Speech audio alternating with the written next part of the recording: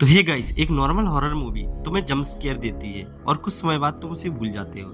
लेकिन एक्सट्रीम और disturbing cinema सिर्फ डराने के लिए नहीं बनता, वह बनता है तुम्हें कई दिनों तक ट्रॉमेटाइज करने के लिए। वह इस तरीके से बनाया जाता है कि तुम उसी में ही महीनों भर खोए रहो और तुम हफ्तों तक सिर्फ यही बात सोचते रहो कि आखिर उस कैरेक्टर के साथ ही ऐसा क्यों होना था।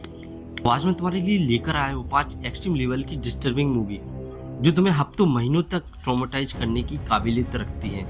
और अगर तुम्हें मेरी बातों पर विश्वास नहीं हो रहा तो मेरी इस लिस्ट की पहली और दूसरी नंबर की मूवी देख लेना, तुम्हें खुद समझ में आ जाएगा कि मैं किस बारे में बात करना चाह रहा था।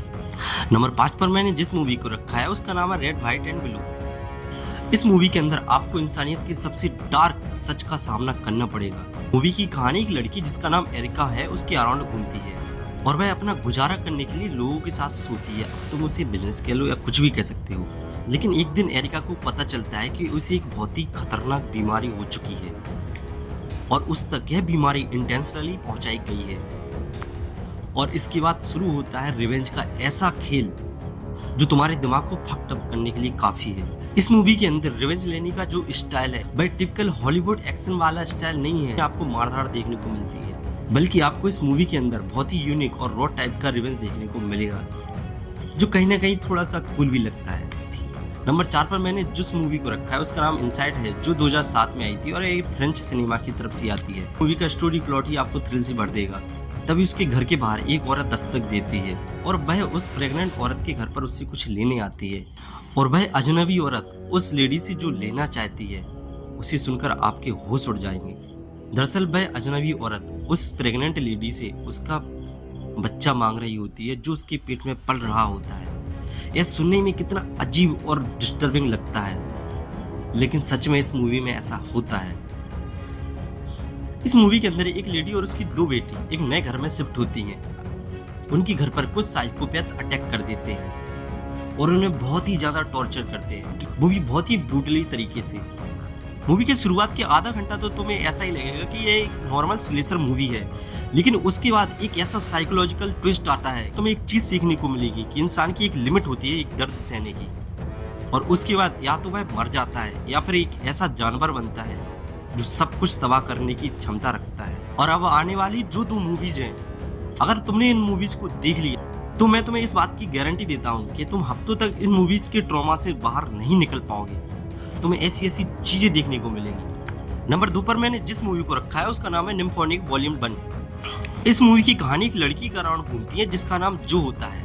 एक दिन उसे कुछ लोग पीट रहे होते हैं, लेकिन वहां पर एक शख्स आकर उसे बचा लेता है और जो उसको अपनी पूरी स्टोरी सुनाती है कि वह उस जगह पर कैसे आई और वह लोग उसे क्यों मार रहे थे। दरअसल जो एक बहुत बड़ी सेक्स एडिक्टिव होती है और उसकी यह आदत इस हद तक पहुंच जाती है कि उसे किसी चीज से फर्क नहीं पड़ता, चाहे वो कैंची भाला धनुष तक न ले जाए, इस तरीके की होती है। और साथ ही उसके अंदर कोई फीलिंग्स नहीं बचती, किसी की इमोशन किसी की दर्द से उसे कोई मतलब नहीं होता, वह बिल्कुल अंदर से खाली हो चुकी होती है। मूवी के अंदर तुम्हें ऐसे ऐसे ब्रूटल सीन देखने को मिलेंगे कि सच में तुम कहोगे कि क्या है। मैं तुम्हें आम शब्दों में समझा नहीं सकता, शायद मैं इसके लिए अभी तैयार भी नहीं हूँ, मैं इतना प्रो यूट्यूबर हूँ कि तुम्हें साफ शब्दों में इस तरह की चीज़ों को समझा पाऊँ, लेकिन मेरे हाव भाव से तुम समझ जाओ कि हाँ ये किस तरीके की मूवी होने वाली है। इसके ट्रेलर में भी तुम्हें ज़्यादा कुछ खास देखने को नहीं मिलेगा, तो उसके लिए तुम्हें पूरी मूवी ही देखनी पड़ेगी। और नंबर 1 पर मैंने जिस मूवी को रखा है उसका नाम है निम्फोनिक वॉल्यूम 2। इस मूवी के अंदर उसी लड़की जिसका नाम जो था उसकी आदत को और भी एक्सट्रीम और ब्रूटल तरीके से दिखाया गया है। डायरेक्टर ने इस मूवी के अंदर इतने इंटेंस सीन डालने की कोशिश करी थी, मुझे तो ये समझ में नहीं आ रहा कि डायरेक्टर क्या करना चाहता था इस मूवी के साथ, क्योंकि इस मूवी के लिए जो सीन फिल्माए गए हैं इस टाइप की सोच सिर्फ एक साइको डायरेक्टर ही रख सकता है। मुझे अभी भी याद है वॉल्यूम 2 के अंदर जो बाथरूम के अंदर बैठी होती है और अपनी वजाइना से अपना फीटस कैंची से काट रही होती है और उसके अंदर 4-5 महीने का बेबी भी होता है। मुझे बताने में भी अजीब सा फील हो रहा है। तुम इस मूवी को जब देखोगे ना तो तुम्हारा दिमाग हिल जाएगा। तो दोस्तों ये थी वो 5 एक्सट्रीम डिस्टर्बिंग मूवी जो तुम्हें एक बार जरूर देखनी चाहिए। और अगर तुम्हें ऐसी मूवीज पसंद है प्लीज जी नरबार को एक बार विजिट जरूर करना। बाकी मिलते हैं किसी अगली वीडियो में, तब तक के लिए बाय।